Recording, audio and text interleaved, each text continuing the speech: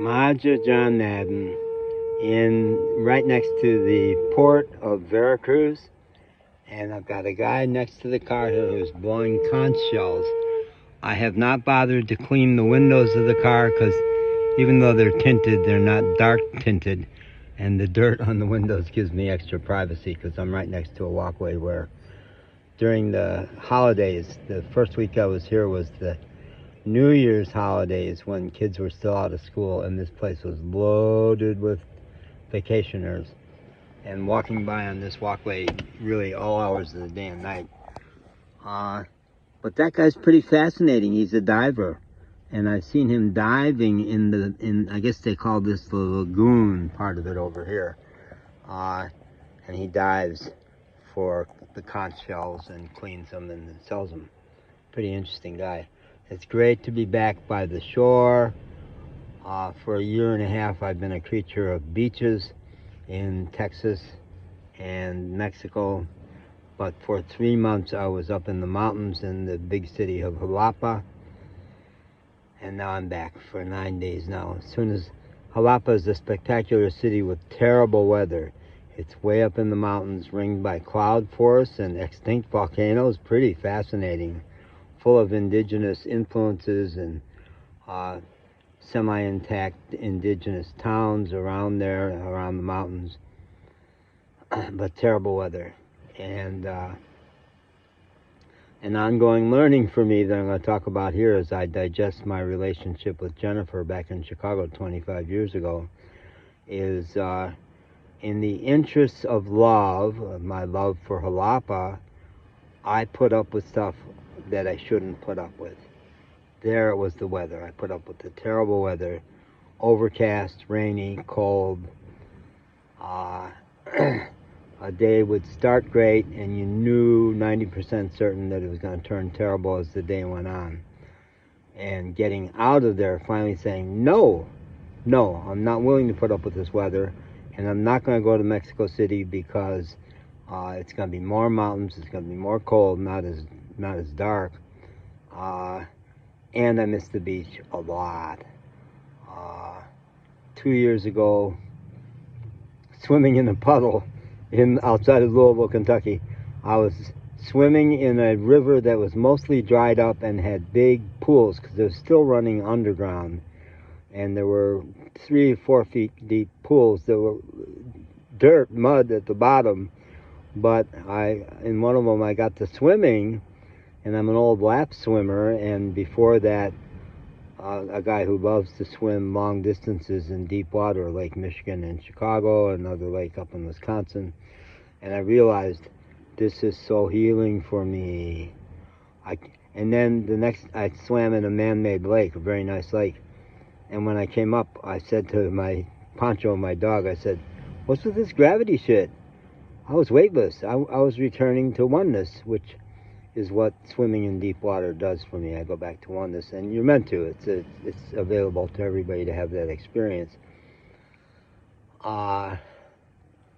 So don't put up with stuff that's not good for you, including bad weather.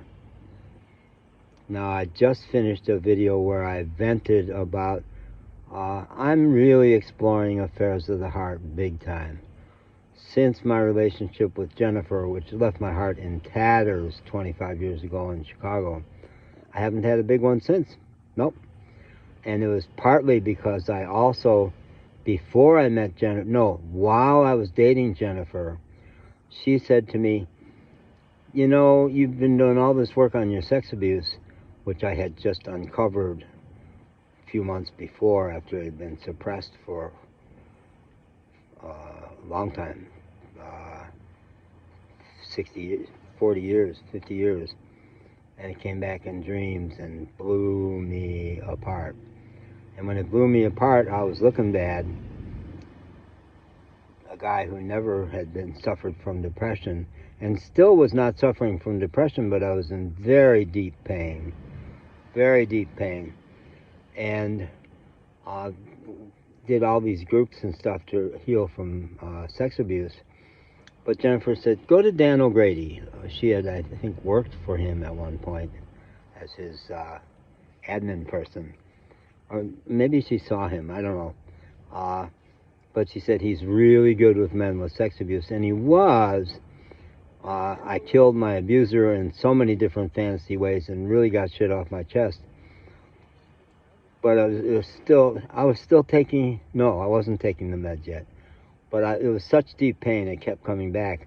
And Dan said to me, I know you were trained as a psychologist when I was, and we were trained to believe it's all psychology and not to use meds. But I have found that the data shows that men with sex abuse history, their classic second diagnosis is depression. And I have found that some of my guys, when they see my psychiatry associate and get started on meds, they do better. Because you do such good work in the office, and then 2 days later you're flat on the floor again. I think you're depressed. So I saw his brilliant and gorgeous psychiatry associate, leather skirts halfway up her thigh, but she was really smart, and she convinced me I did have clinical depression was the first diagnosis. But I didn't. It was all pain and trauma. But I got hoodwinked into taking meds, which totally suppressed my life energy, and humiliated with the diagnosis. Some people take comfort in having a psychiatric diagnosis. It gives them an excuse or explanation for how bad they feel. But it's the wrong excuse, and it keeps them from releasing their trauma and healing. And I never was able to release it because a later wonderful humanistic psychiatrist who unfortunately never thought to challenge the diagnosis said to me, yeah, those mood stabilizers, they get rid of your highs, get rid of your lows, but they kind of muddy up everything in between. So I never was able to release, and spent 30 years in agony trying not to commit suicide. That was my bogey. Limp through this life somehow without committing suicide. It was terrible. And then 4 years ago, life said, God, life, spirit said, okay, good. You learned what you needed to learn from that. Let's have you dump that. And in an instant, it went away, and I've been happy ever since. Pretty amazing story that I tell elsewhere. It's real parallel with Eckhart Tolle, is a famous guy who was ready to kill himself and laid down on a park bench and woke up fine. And Byron Katie is another big personal growth person who was very similar. She was going to blow her head off, went to sleep, woke up fine, and she's a spiritual teacher, pretty wonderful herself. So, wonderful story. But let's go back to Jennifer. 25 years ago, like now, maybe it's 29 years ago, we met in Chicago. And I was not taking meds at that point. I didn't have the psychiatric diagnosis, but I had recently returned to Chicago. And co-counseling, reevaluation counseling, peer counseling is one of the things that has kept me alive over the years. It teaches you how to release your feelings. And I had an old co-counselor in Chicago named Eileen Shea, and she's got a married name, long time married now. And Eileen had been a poster child for how good the discharge process. But Eileen, what really turned the corner for Eileen when she got into Overeaters Anonymous. She was maybe 15 pounds overweight.